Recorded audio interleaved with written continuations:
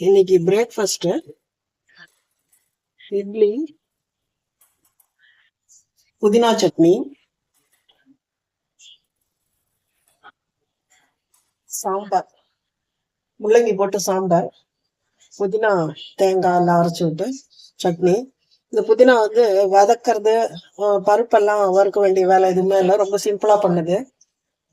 இது காரத்துக்கு தேவையான காஞ்ச மிளகா, பச்சை மிளகா, சின்ன புளியங்கொட்டை சைஸுக்கு புளி, அதை மட்டும் முதல்ல அரைச்சிட்டேன்.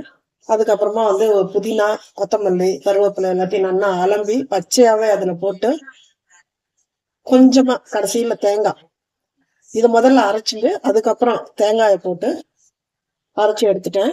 இது வதக்குற வேலை அதெல்லாம் ஒண்ணும் இல்லை, ரொம்ப ஈஸியா செய்யற மெத்தடு.